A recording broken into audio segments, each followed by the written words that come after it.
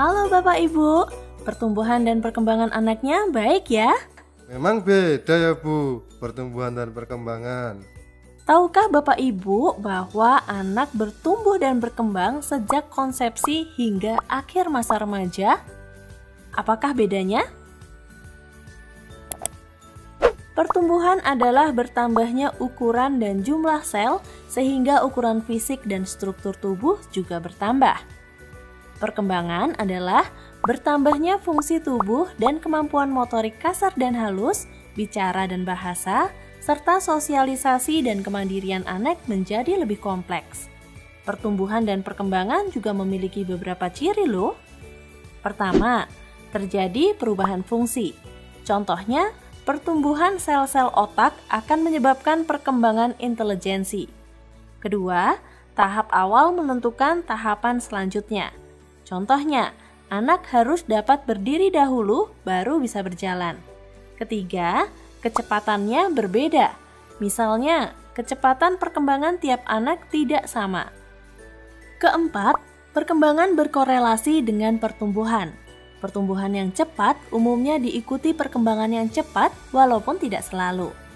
Kelima, memiliki pola yang tetap.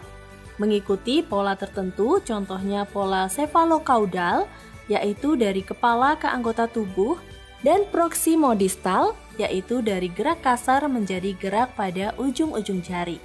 Keenam, memiliki tahapan yang berurutan. Terdapat pola perkembangan yang sama untuk semua anak. Periode tumbuh kembang anak dimulai dari dalam rahim ibu. Pada masa kehamilan, terjadi pertumbuhan otak yang pesat dan sangat dipengaruhi oleh lingkungan. Setelah lahir, organ-organ berfungsi dan terjadi adaptasi dengan lingkungan. Pertumbuhan terjadi dengan cepat. Pada masa balita, kecepatan pertumbuhan menurun. Namun, terjadi kemajuan yang pesat pada aspek perkembangan. Masa anak prasekolah, anak mulai berteman dan bermain di lingkungan rumah. Wah, berarti tumbuh kembang anak ternyata sangat penting ya. Berarti harus dipantau terus ya, Bu? Betul sekali, perlu dilakukan pemantauan tumbuh kembang anak. Pemantauan tumbuh kembang memiliki tujuan, fungsi, dan manfaat.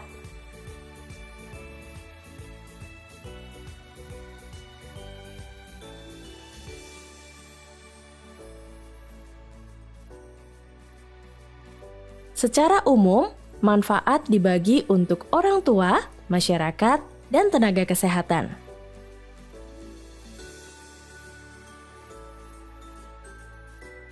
Nah, apa saja yang dipantau dan bagaimana caranya?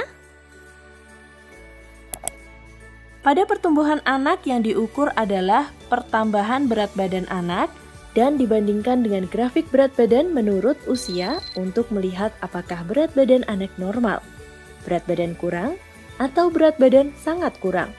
Namun, tidak dapat menilai anak gemuk atau sangat gemuk.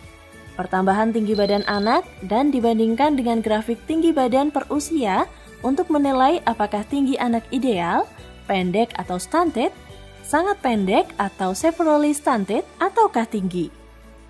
Membandingkan berat badan anak dan tinggi badan anak dengan grafik berat badan per panjang badan atau berat badan per tinggi badan untuk menentukan status gizi anak usia 0 hingga 5 tahun, yaitu gizi buruk, gizi kurang, gizi baik, risiko gizi lebih, atau obesitas.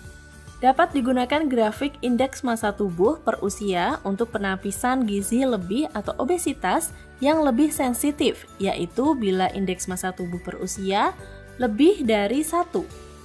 Pada perkembangan yang dinilai adalah gerak motorik kasar yang berhubungan dengan pergerakan dan sikap tubuh otot-otot besar, contohnya duduk, merangkak, dan berdiri.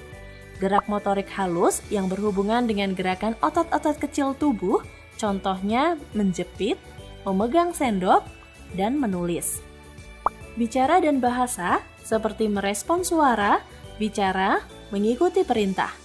Sosialisasi dan kemandirian seperti bermain dengan orang lain dan melakukan aktivitas sehari-hari.